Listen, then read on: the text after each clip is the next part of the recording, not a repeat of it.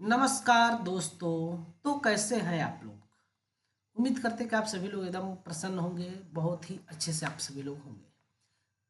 हम सभी लोग चर्चा कर रहे थे सॉल्यूशन चैप्टर के बारे में। आज थोड़ा सा कुछ दिन के बाद हम वीडियो बना रहे हैं, तो एक बार हम देख लेते हैं कि हम लोग क्या क्या चर्चा कर चुके हैं। सबसे पहले हम लोग सॉल्यूशन में इंट्रोडक्शन के बारे में देखा। इंट्रोडक्शन, सॉल्यूशन क्या होता है, सॉल्यूट क्या होता है, सॉल्वेंट क्या होता है, होमोजीनियस सॉल्यूशन क्या होता है, हेट्रोजीनियस सॉल्यूशन क्या होता है, टाइप ऑफ सॉल्यूशन क्या होता है, ये सब चीज़ें हमने खूब विस्तार से, खूब अच्छे तरह से, खूब एग्जांपल्स के द्वारा अच्छे से देख लिए हैं। ठीक है। इसके बाद फिर हमने टाइप ऑफ सॉल्यूशन का एक और पार्ट लिया, जिसके अंतर्गत सबसे पहले हमने पढ़ा सॉल्यूशन ऑफ गैस। गैस का solution, solution of gas in liquid, gas in liquid. इसके अंदर हमने देखा हेनरी लॉ के बारे में, टेम्परेचर के बारे में, कि गैस का लिक्विड के अंदर किस प्रकार से सॉल्यूशन बनेगा। इसके बारे में हमने खूब अच्छे से देख लिया है। इसके बाद फिर हम लोग पढ़ रहे थे liquid in liquid. Liquid solute होगा और लिक्विड सॉल्वेंट में ही ये क्या होगा, डिजॉल्व होगा। इसके बारे में हम सभी लोग पढ़ रहे थे खूब अच्छे ढंग से। तो इसमें हमारा एक टर्म आया कि आइडियल सॉल्यूशन और non ideal solution. Non ideal solution का एक टर्म आया। आइडियल सॉल्यूशन और नॉन आइडियल सॉल्यूशन के बारे में हम लोग खूब अच्छे से चर्चा कर रहे थे। आइडियल सॉल्यूशन जो है क्या होते हैं, इसके बारे में हम लोग देख रहे थे। तो चलिए बस 2 मिनट लगेगा, हम आइडियल सॉल्यूशन को एक बार फिर से रिवाइज कर लेते हैं। ठीक है। आइडियल सॉल्यूशन को हम एक बार फिर से रिवाइज कर लेते हैं, जो कि हम देख चुके हैं। देखिए यह है आइडियल सॉल्यूशन। आइडियल सॉल्यूशन में क्या होता है, volume change in volume, mixing का वॉल्यूम जो है कि चेंजिंग क्या होता है, वह जीरो होता है। डेल्टा वी मिक्सिंग जीरो होना चाहिए, डेल्टा एच मिक्सिंग जीरो होना चाहिए। सल्यूट और सॉल्वेंट के बीच में जो है कि रिएक्शन नहीं होना चाहिए। ठीक है। सल्यूट और सॉल्वेंट के बीच में जो है कि रिएक्शन नहीं होना चाहिए। ठीक है, ये चीज़ था। और सल्यूट जो है कि डिसोसिएट नहीं होना चाहिए, ये चीज़ हमने देखा था। इसके बाद फिर हमने देखा था कि इसके बीच में जो है कि हाइड्रोजन बॉन्डिंग नहीं होना चाहिए था। ठीक है। इसके बाद फिर हमने देखा था सबसे इम्पॉर्टेंट जो था कि यह जो है कि राउट्स लॉ को फॉलो करे। अब इसके बाद फिर हमने देखा राउट्स लॉ क्या होता है। तो राउट्स लॉ के बारे में हमने पढ़ा था। यहाँ पर फिर हमने हमारे पास एक टर्म आया, वो टर्म था आपका total pressure, partial pressure, vapour pressure और मोल फ्रैक्शन का। ठीक है। तो मोल फ्रैक्शन के बारे में हम लोग जानते हैं कि मोल अपान टोटल मोल, यदि हम किसी भी एक पार्टिकुलर सब्सटेंस का मोल निकाल रहे हैं और फिर टोटल कितना मोल है, इसके बारे में हमने देखा था। वेपर प्रेशर क्या होता है कि किसी भी वोलेटाइल सल्यूट का वेपर में जाना ही और उसका वेपर में जाकर के प्रेशर जनरेट करना ही क्या कहलाता है, वेपर प्रेशर कहलाता है। जब कई प्रकार के प्रेशर होंगे तो किसी एक सब्सटेंस के कारण से जो प्रेशर जनरेट होगा सोल्यूशन के अंदर या फिर किसी बंद बर्तन के अंदर, तो उस प्रेशर को हम लोग क्या कहते थे, पार्शियल प्रेशर कहते थे। तो इस हिसाब से हमने जाना कि राउट्स लॉ क्या कहता है कि किसी भी सल्यूट का, हालांकि ये रूल तो जो है कि गैस के लिए लागू होता है, लेकिन ये रूल जो है कि सॉल्यूशन के लिए भी लागू हो जाता है कि किसी भी सल्यूट का जो पार्शियल प्रेशर है वह उस सल्यूट के मोल फ्रैक्शन और उसके वेपर प्रेशर के बराबर होगा। ठीक है, ये चीज हमने देखा था। देखिए यहाँ पर है ना आपका पी ए नॉट और P B naught the vapour pressure in pure state respectively. तब अकॉर्डिंग टू राउट्स लॉ क्या हो जाता है, राउट के नियमानुसार हो जाता है कि मान लीजिए कि कोई एक सल्यूट है पी ए से, पी ए क्या है, एक सल्यूट का पार्शियल प्रेशर है, N A upon N A plus N B क्या है, उस सल्यूट का या फिर जो भी हो उसका जो है क्या होता है, मोल फ्रैक्शन होता है। फिर पी नॉट ए क्या होता है, वेपर प्रेशर होता है, वेपर प्रेशर होता है। इसी प्रकार से दूसरा एक सब्सटेंस है जिसका पार्शियल प्रेशर पी बी है, मोल फ्रैक्शन क्या हो जाएगा, ये हो जाएगा N B upon N A plus N B, फिर वेपर प्रेशर ये हो जाएगा। ठीक है। तब टोटल प्रेशर क्या हो जाएगा, तो total pressure P equal to हो जाता है पार्शियल प्रेशर ऑफ ए फिर पार्शियल प्रेशर ऑफ बी, मिल करके फिर इन दोनों का वैल्यू रखेंगे तो ये आ जाता है P equal to X A M naught A. यानी कि ये फार्मूला जो है कि दो भागों में हम ब्रेक कर सकते हैं, P equal to X A और फिर पी नॉट ए, फिर P equal to X A X B P not B, ये दो प्रकार का फार्मूला है। ठीक है। तो दोनों को हम एक ही में लिए हैं, जिसके चलते कि इसका ग्राफ जो बनता है y is equal to M X और एम एक्स, यानी कि m1 x1 और m2 x2 करके ये ग्राफ बनता है। जिसका कि हम लोगों ने ग्राफ देखा यहाँ पर। ये आपका आइडियल सोल्यूशन का ग्राफ हो जाता है। ठीक है, हमने mx को गलती लिखा है, एक सेकेंड, m ये रहेगा x, ये रहेगा m, ये रहेगा आपका x और ये रहेगा m। ठीक है, इस प्रकार से ग्राफ बनता है। तो इस ग्राफ में हम देख सकते हैं कि जहां पर यहाँ पर देखेंगे तो यहाँ पर क्या है आपका, ये वेपर प्रेशर का ये ग्राफ है, वेपर प्रेशर का कर्व है, ये भी वेपर प्रेशर का कर्व है। जब उसका वेपर प्रेशर हाई होगा तो उसका मोल फ्रिक्शन क्या होगा, इधर मोल फ्रिक्शन आएगा। ठीक है, उसका मोल फ्रिक्शन ज्यादा होगा। जब वेपर प्रेशर लो होगा, यहाँ पर क्या है, ए का वेपर प्रेशर लो है, जिसके चलते इसका मोल फ्रिक्शन भी क्या है, कम है। इसके बारे में हमने खूब अच्छे देखा था। अब आइडियल सोल्यूशन के बारे में देखे थे कि आइडियल सोल्यूशन क्या होता है। आइडियल सोल्यूशन वो होते हैं जो कि राउट्स के लॉ को पहले फॉलो ना करें। सबसे पहली बात कि राउट्स के लॉ को ना फॉलो करें, और इसके बाद फिर डेल्टा एच मिक्सिंग इसके लिए क्या हो, जीरो नहीं होगा। Delta S mixing, delta S sorry delta we mixing भी क्या होगा, इसके लिए जीरो नहीं होगा। और डेल्टा जी के बारे में पॉजिटिव भी हो सकता है, निगेटिव हो सकता है। उधर क्या था, निगेटिव हमेशा होगा। डेल्टा एच हो गया है। अब इसके बाद फिर जो है कि एंट्रोपी जो है कि पॉजिटिव निगेटिव दोनों हो सकता है। तो इसके बारे में इसके बारे में हम अभी नहीं चर्चा किए हैं, तो आगे भविष्य में हम कभी चर्चा कर सकते हैं। ठीक है, और इसके बाद हमने पॉजिटिव डेविएशन और निगेटिव डेविएशन के बारे में हमने देखा था। अब हमको देखना है relation between Dalton's law and routes law.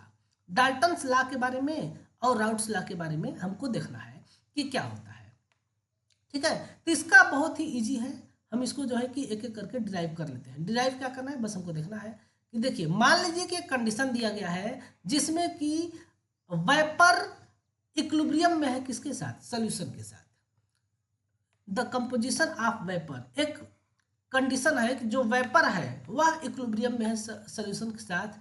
तब इसके द्वारा हम क्या कर सकते हैं, तब इसके द्वारा हम डाल्टन्स लॉ का अप्लाई करके पार्शियल प्रेशर को कैलकुलेट कर सकते हैं कि उसका पार्शियल प्रेशर क्या होगा।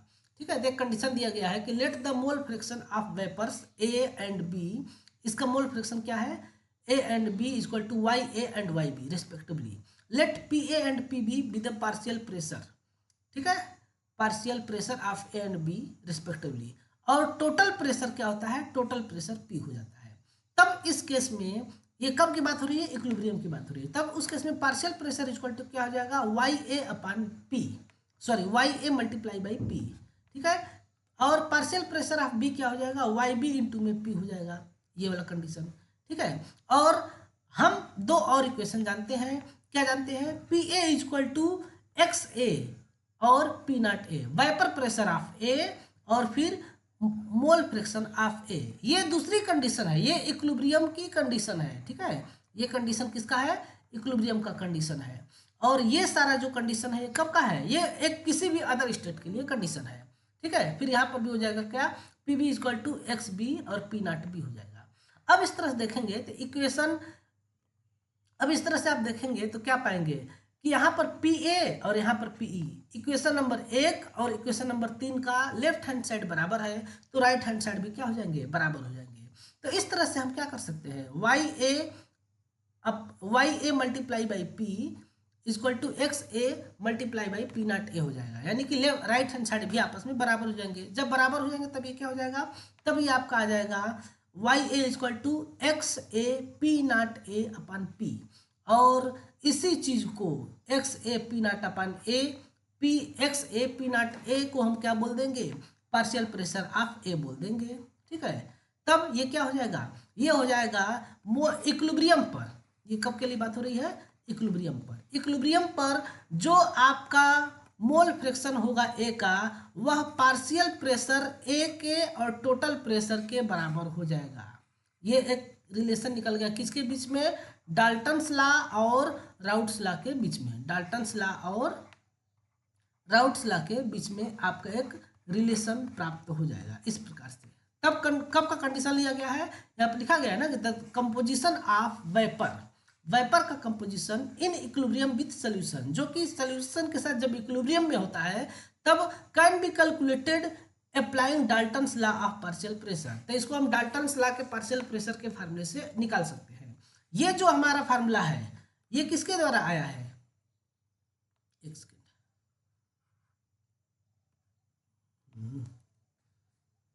एक सेकेंड रुकेंगे हम लोग।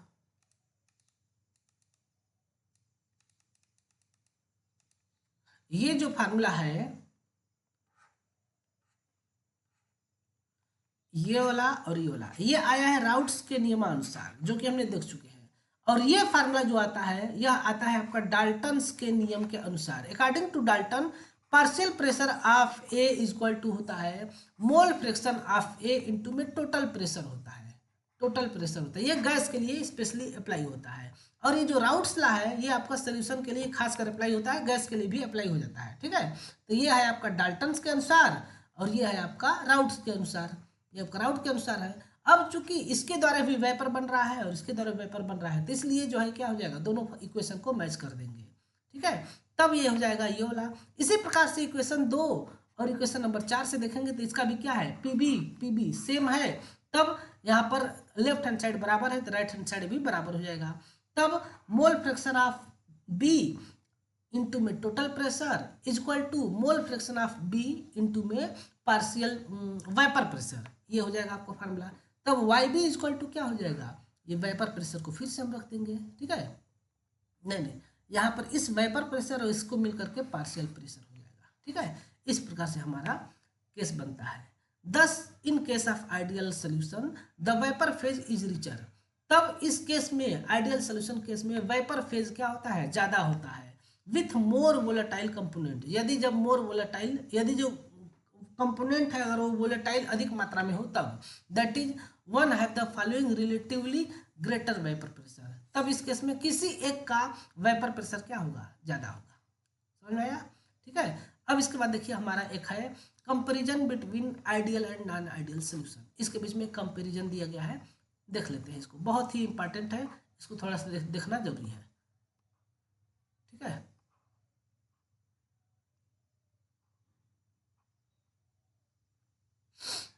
जैसे कि पहला आपका दिया गया है, आइडियल सोल्यूशन का यहाँ पर है और यहाँ पर नॉन आइडियल सोल्यूशन है। नॉन आइडियल सोल्यूशन में दो कंडीशन होता है, जो कि पहला कंडीशन है कि पॉजिटिव डेविएशन दिखाए राउट्स लॉ से, और एक है निगेटिव डेविएशन दिखाए। ठीक है, सबसे पहला कंडीशन है कि जो आइडियल सोल्यूशन होते हैं वो क्या होते हैं, राउट्स लॉ को फॉलो करते हैं every range of concentration, concentration के सभी रेंज पर राउट्स लॉ को फॉलो करते हैं। ठीक है, दूसरा कंडीशन है कि ये जो है कि राउट्स लॉ को नहीं फॉलो करते हैं, ये राउट्स लॉ को नहीं फॉलो करते हैं। तीसरा कंडीशन है कि ये भी राउट्स लॉ को नहीं फॉलो करते हैं, निगेटिव डेविएशन वाले भी नहीं फॉलो करते हैं। अब आइडियल सोल्यूशन जो है कि उसके लिए डेल्टा वी मिक्सिंग क्या होता है, जीरो, यानी कि न तो ये हीट को एब्जॉर्ब करेगा, न ही हीट को क्या करेगा, इवाल्व करेगा, जब यह डिजॉल्व होगा तब। और पॉजिटिव डेविएशन में क्या होता है, डेल्टा एच मिक्सिंग की वैल्यू पॉजिटिव होती है, यानी कि इसीलिए इसकी वैल्यू क्या होती है, पॉजिटिव होती है, यानी कि यह इंडोथर्मिक डिजोल्यूशन होगा। यानी कि जब हमें सल्यूट को सॉल्वेंट में डिजॉल्व करना होगा तो उस समय हमको क्या करना पड़ेगा, हीट को देनी पड़ेगी। ठीक है, और निगेटिव डेविएशन में क्या होता है, डेल्टा एच मिक्सिंग क्या हो जाता है, डेल्टा एच मिक्सिंग निगेटिव हो जाता है, यानी कि एक्सोथर्मिक डिजोल्यूशन होता है, यानी कि हीट क्या होता है, बाहर निकलता है। बाहर निकलता है मतलब सोल्यूशन गर्म होगा, और इसको हीट एब्जॉर्ब करता है मतलब सोल्यूशन ठंडा होगा। ठीक है, अगला देखते हैं, डेल्टा वी मिक्सिंग क्या होता है, जीरो होता है, यानी कि टोटल वॉल्यूम आपका क्या हो जाएगा, इस केस में जीरो हो जाएगा, यानी कि सल्यूट प्लस सॉल्वेंट का जो वॉल्यूम होगा वही वॉल्यूम क्या होगा, सोल्यूशन का होगा। ठीक है, इसके चलते क्या हो जाता है, इसके चलते जो है कि डेल्टा वी मिक्सिंग जीरो हो जाता है। Total volume of solution is equal to sum of the volumes of the components. यदि हम इसको सम करें तो इसके इसमें क्या होता है, टोटल वॉल्यूम इक्वल होता है। लेकिन इसके केस में क्या हो जाता है, डेल्टा वी मिक्सिंग जीरो हो जाता है। किस केस में, पॉजिटिव डेविएशन के केस में वॉल्यूम आपका बढ़ जाता है। Volume increase after dissolution, dissolve होने के बाद वॉल्यूम बढ़ जाता है, यानी कि सोल्यूशन की वॉल्यूम क्या हो जाता है, बढ़ जाता है। Delta we mixing is less than zero, zero से कम होता है। इसलिए ऐसा होता है क्योंकि इस केस में क्या हो जाता है, इस केस में वॉल्यूम आपका डिक्रीज हो जाता है ड्यूरिंग डिजोल्यूशन। जब डिजॉल्व किया जाता है तो उस केस में वॉल्यूम जितना होना चाहिए उससे कम हो जाता है। अगला दिया है आपका ए बी और B B interactions should be same. मान लीजिए कोई एक सल्यूट है जिसके बीच का इंट्रैक्शन ए है, सॉल्वेंट है जिसके बीच का इंट्रैक्शन ए बी है, और सॉल्यूशन है जिसके बीच का इंट्रैक्शन बी बी टाइप का है। तब इस केस में क्या होता है, इसका इंट्रैक्शन सेम होता है, that is A and B are identical shape and size and character, जिसमें कि ए और बी का अपना खुद का शेप, साइज और कैरेक्टर है तो भी, ठीक है। इस केस में क्या होता है, इस केस में पॉजिटिव डेविएशन के केस में ए बी के बीच का इंटरेक्शन क्या होता है, अट्रैक्टिव फोर्स जो है कि कम होता है। ए बी का मतलब, सॉरी थोड़ा सा हमसे मिस्टेक हो गया, बी क्या है, एक सॉल्वेंट है, और ए बी क्या, ए क्या है, ए आपका सल्यूट है, ये चीज को ध्यान में रखेंगे। और ए बी क्या है, सोल्यूशन है, ए बी सोल्यूशन है। तो ए बी के बीच में अट्रैक्शन क्या हो जाता है, कम हो जाता है। यानी कि जब भी कभी पॉजिटिव डेविएशन के बारे में बात की जाएगी उस केस में हम हमेशा याद रखेंगे कि सोल्यूशन का क्या हो जाएगा, अट्रैक्शन वीक हो जाएगा। किसके कंपेयर में, आपके ए और बी के कंपेयर में, ठीक है। ए यानी कि सल्यूट का बीच, दो सल्यूट के बीच में, सल्यूट के मॉलिक्यूल के बीच में अट्रैक्शन ज़्यादा होगा, सॉल्वेंट के मॉलिक्यूल के बीच में अट्रैक्शन ज़्यादा होगा, लेकिन सॉल्यूशन के बीच में अट्रैक्शन क्या होगा, कम होगा। इसीलिए तो इसकी वॉल्यूम बढ़ जा रही है, और इसके बीच में अट्रैक्शन ज़्यादा है, इसीलिए तो हमको क्या करना पड़ रहा है, इसीलिए तो हमको हीट ज़्यादा देनी पड़ रही है, ताकि हीट ज़्यादा दे तभी तो जो है टूटेगा। इसीलिए क्या केस क्या हो जा रहा है, इंडोथर्मिक केस हो जा रहा है, ठीक है। A and B have different shape and size and character. A और बी क्या होता है, सेम शेप साइज कैरेक्टर नहीं होता है, अलग अलग होता है। अब देखो निगेटिव डेविएशन में क्या होता है कि ए बी के बीच में अट्रैक्शन फोर्स ज़्यादा बढ़ जाता है, और जब इसके बीच में ए बी के बीच में जो ए है और बी है, यानी कि ये सल्यूट है और ये आपका सॉल्वेंट है, तो इसके बीच में जितना अट्रैक्शन होता है उससे कहीं ज़्यादा अट्रैक्शन किसके बीच में होता है, ए बी के बीच में होता है। तो इसके बीच में जब अट्रैक्शन ज़्यादा हो जाता है तब इस केस में क्या हो जाता है, इस केस में इसकी वॉल्यूम जो है क्या हो जाएगी, घट जाएगी ना। जब अट्रैक्शन ज़्यादा हो तो वॉल्यूम घट जाएगी, और जब अट्रैक्शन ज़्यादा हो तो क्या होगा, हीट अपने आप बाहर निकालेगा, और जब हीट बाहर निकलेगा तो वही केस क्या हो जाता है, एक्सोथर्मिक केस हो जाता है, ठीक है। A B attractive force should be greater than A and B attractive force, ठीक है। A and B have different shape, size and character. इसमें भी क्या होगा, ए और बी का शेप, साइज और कैरेक्टर क्या होगा, अलग अलग होगा, ठीक है। पांचवा देखते हैं, पांचवा यही है राउट्स लॉ। टोटल प्रेशर जो है कि पार्शियल प्रेशर ऑफ ए और पार्शियल प्रेशर ऑफ बी के सम के बराबर होता है, जहां पर, और इसको जो है कि पी ए बराबर क्या हो जाएगा, P not A X A, यानी कि partial pressure equal to vapour pressure of A multiply by mole fraction of A. फिर पार्शियल प्रेशर ऑफ बी बराबर क्या हो जाएगा, vapour pressure of B multiply by mole fraction of B, ठीक है। अब इन दोनों का यही जो वैल्यू है वो यहाँ पर रख दिए थे, P not A X A फिर plus P not B X B आ जाएगा। अब पॉजिटिव डेविएशन के केस में क्या होता है कि पी ए यानी कि पार्शियल प्रेशर की वैल्यू क्या हो जाता है, ज़्यादा हो जाता है वेपर प्रेशर और मोल फ्रैक्शन के मल्टीपल से, ठीक है। इसलिए वैल्यू क्या हो जाता है, ज़्यादा हो जाता है। इसी प्रकार से इसमें भी क्या कहते हैं, सॉल्वेंट के केस में भी पार्शियल प्रेशर ऑफ सॉल्वेंट क्या हो जाता है, ज़्यादा हो जाता है, किससे, वेपर प्रेशर और मोल फ्रैक्शन से, ठीक है। तब इसका सम का भी जो वैल्यू होगा वो क्या हो जाएगा, ज़्यादा हो जाएगा, किसके, इसके इस सम से, समझ पा रहे होंगे आप। यानी कि जो टोटल प्रेशर होगा वो भी क्या हो जाएगा, ज़्यादा हो जाएगा, किससे, वेपर प्रेशर और मोल फ्रैक्शन के सम से, वेपर प्रेशर और मोल फ्रैक्शन के मल्टीपल के सम के, ठीक है। इसी प्रकार से अगर हम इसमें देखें तो इस केस में क्या हो जाएगा, पार्शियल प्रेशर कम हो जा रहा है सल्यूट और सॉल्वेंट दोनों का, तब इस केस में टोटल पार्शियल प्रेशर यानी कि टोटल प्रेशर भी क्या हो जाएगा, कम हो जाएगा, किससे, वेपर प्रेशर और मोल फ्रैक्शन के मल्टीपल के सम से भी कम हो जाएगा। क्यों ऐसा हो जाएगा, क्योंकि इस केस में जो है कि क्या हो जा रहा है, इस केस में पार्शियल प्रेशर कम हो जा रहा है, ठीक है। अब देखिए इस केस में क्या हो जाएगा, स्केपिंग टेंडेंसी मतलब अपने से दूर भेजने की tendency. Escaping tendency of A and B should be same in pure liquid in the solution. Escaping tendency solute और सॉल्वेंट दोनों का क्या होता है, बराबर होता है, ठीक है, किसमें, सॉल्यूशन के अंदर में, ठीक है। इसके कारण से जो है क्या होता है, ये आइडियल है। लेकिन आपका पॉजिटिव डेविएशन में क्या हो जाएगा, पॉजिटिव डेविएशन में स्केपिंग टेंडेंसी आपका ज़्यादा हो जाएगा, इसीलिए तो इसका क्या हो जा रहा है, स्केपिंग टेंडेंसी ज़्यादा है, इसीलिए तो इस केस में क्या हो जा रहा है, वॉल्यूम ज़्यादा बढ़ जा रहा है, डेल्टा वी की वैल्यू क्या हो जा रहा है, पॉजिटिव हो जा रहा है, इजली हाइयर, इस A and B escape easily higher vapour pressure than the expected value से ज़्यादा होता है, ठीक है। Escaping tendency of both component A and B should be lower, is should be lowered. इस केस में स्केपिंग टेंडेंसी नॉर्मल के बजाय क्या हो जाता है, किसी एक का ज़्यादा हो जाता है, जिसके चलते क्या हो जाता है, इस केस में डेल्टा वी की वैल्यू निगेटिव हो जाती है, डेल्टा एस की वैल्यू निगेटिव हो जाती है। आया समझ में। अब इसका एग्जाम्पल देखना है, बहुत इंपॉर्टेंट है। इसका एग्जाम्पल क्या है, मतलब कि इसका डाल्टन आइडियल सोल्यूशन का एग्जाम्पल है बेंजीन प्लस टॉल्यूइन का solution, benzene plus toluene solution, normal hexane और नॉर्मल हेप्टेन का सोल्यूशन, क्लोरोबेंजीन और ब्रोमोबेंजीन का सोल्यूशन, एथिल ब्रोमाइड और एथिल आयोडाइड का सोल्यूशन, नॉर्मल ब्यूटिल क्लोराइड और नॉर्मल ब्यूटिल ब्रोमाइड का सोल्यूशन, ईटीसी। ये एग्जाम्पल किसके हो जाएंगे, ये एग्जाम्पल हो जाएंगे आपके आइडियल सोल्यूशन के। अब वो सोल्यूशन जो पॉजिटिव डेविएशन दिखाते हैं उसके बारे में देखते हैं।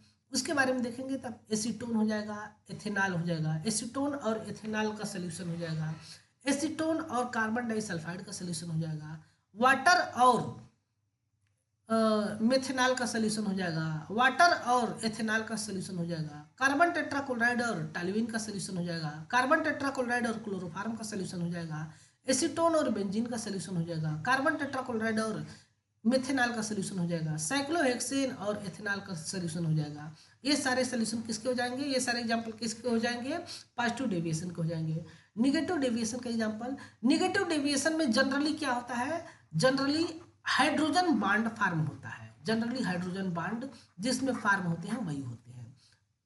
ये जनरली बात कर रहे हैं, हर जगह की बात नहीं। जैसे देखिए एसीटोन और एनिलीन में बनता है हाइड्रोजन बॉन्ड, एसीटोन और क्लोरोफार्म में भी बनता है, इसके बीच में भी बनता है थोड़ा बहुत, इसके बीच में भी बनता है, क्लोरोफार्म डाईएथिल ईथर, ये एग्जाम्पल हो जाएगा, वाटर और हाइड्रोक्लोरिक एसिड, एस्टिक एसिड और पिरिडीन, क्लोरोफार्म और बेंजीन, ये सारे एग्जाम्पल क्या हो जाएंगे, निगेटिव डेविएशन के हो जाएंगे। यानी कि आइडियल सोल्यूशन से जो निगेटिव डेविएशन दिखाते हैं उसके बारे में हो जाएंगे। यानी कि नॉन आइडियल सोल्यूशन में दो प्रकार के होते हैं, ये दोनों प्रकार के हो गए। ठीक है, तो ये था आपका क्या, solution of liquids in liquid, आपका ये खत्म हो गया। इसके अंदर बहुत ही अच्छे से हमने पढ़ा कि क्या होता है लिक्विड इन लिक्विड का सोल्यूशन। अब हमें जो नेक्स्ट टॉपिक पढ़ना है, solution of solids in liquid. किसी भी सॉलिड सब्सटेंस को यदि हम लिक्विड में डिजॉल्व करेंगे तो क्या होगा, यह लिक्विड है, इसमें यदि हम सॉलिड सब्सटेंस को डिजॉल्व कर दें तब हमारा कंडीशन क्या होगा, इसके बारे में हमको देखना होगा। ठीक है, अगर हम इसके अंदर अब सॉलिड सब्सटेंस को डिजॉल्व करें तो क्या होगा, अब हम इसके बारे में कल देखेंगे, बहुत ही इंपॉर्टेंट टॉपिक है। तो नेक्स्ट क्लास को बिल्कुल मिस ना करिएगा, आप लोग अवश्य ही देखिएगा। ठीक है, धन्यवाद।